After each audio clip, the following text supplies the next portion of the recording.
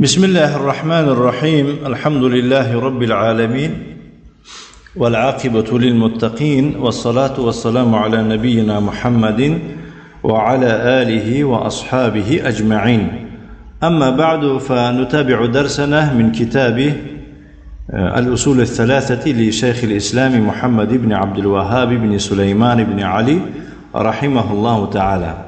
اینک ما درس‌های خود را از رساله شیخ الاسلام به نام الاصول الثلاثه، یعنی سه اصل یا که اصل‌های سگانه دوام می‌دهیم. موضوع ما حالا نیز دوام داده ایستاده است درباره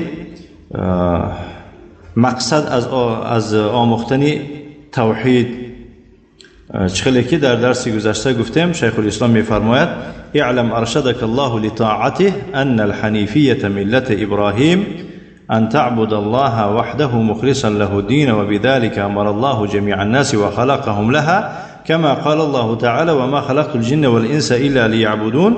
ومعنى يعبدون يوحدون. بدان الله ترى بطاعت خش راهنمایی کند. بهترین دعا دوی مراتب است که شیخ ما شما را دعا کرده. این دعا فقط تعلق دارد به کسانی که طالب علم.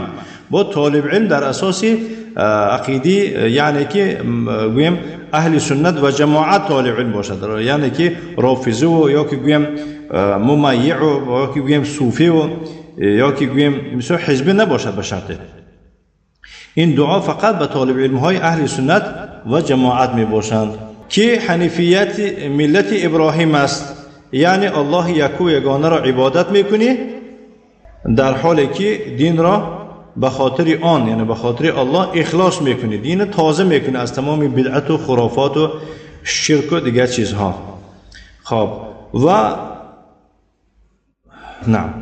الله به همان حنیفیت جمیع مردم را امر کرده و به خاطر آن ایشان را آفریده است، یعنی برای همین عبادت الله حق سبحانه و تعالی مردم آفریده است، چنانه که میفرماید که و ما خلقت الجن والانس الا لیعبدون، من جنها و انسانها را تنها به خاطر چه عبادتی خیش آفریده ام. یعنی رد است برای صوفی هایی که گویا که الله سبحانه و تعالی محمد صلی الله علیه و سلم گفته باشد که من این دنیا و تمام موجودات به خاطر تو آفریدم. این یک بسیار خطای بزرگ است. نعم، این به سوره زاریات آیت چند؟ آیت 56. اکنون شیخ خیلی که گفتیم به دلیل گپ نمیزند. شیخ به دلیل گپ نمیزند و در دوامش میفرماید که واعظم ما امر الله به التوحید و هو افراد الله بالعباده، و از همه بزرگترین آن چیزی که الله به آن امر کرده است توحید است و مراد از آن چی بوده است؟ الله را در عبادت یگانه پرستیدن است.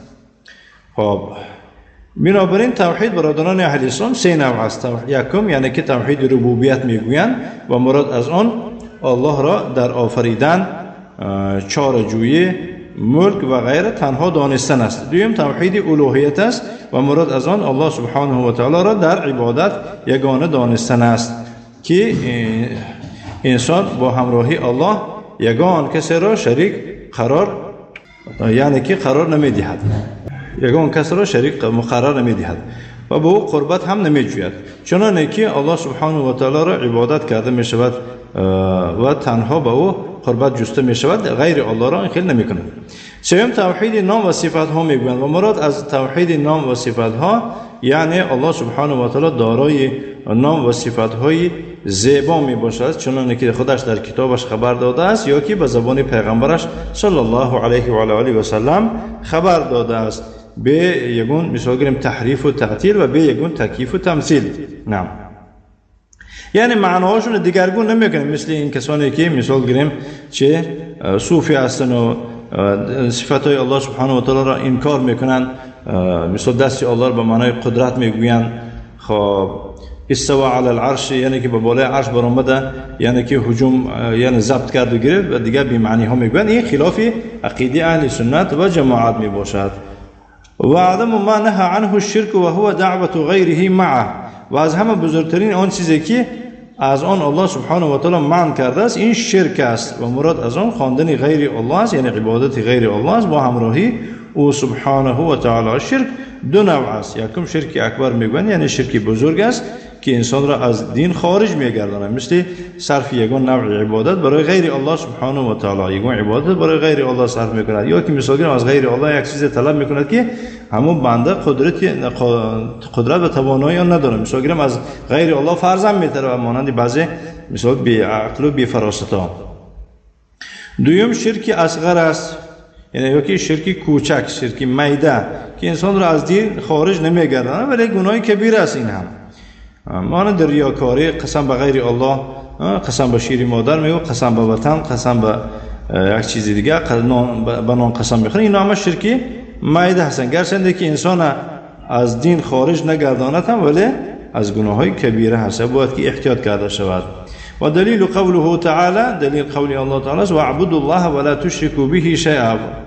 الله سبحانه و تعالی میفرماید: واعبدوا الله ولا تشركوا به شیئا، و الله را عبادت کنید و با او یگان چیز را شریک مقرر مکنید. این به سوره نساء آیه 36 کفایت میکنه. و صلی الله و سلم علی نبینا محمد و علی آله و اصحابه و سلم تسلیما مزیدا و جزاکم الله خیرا و بارک الله فیکم.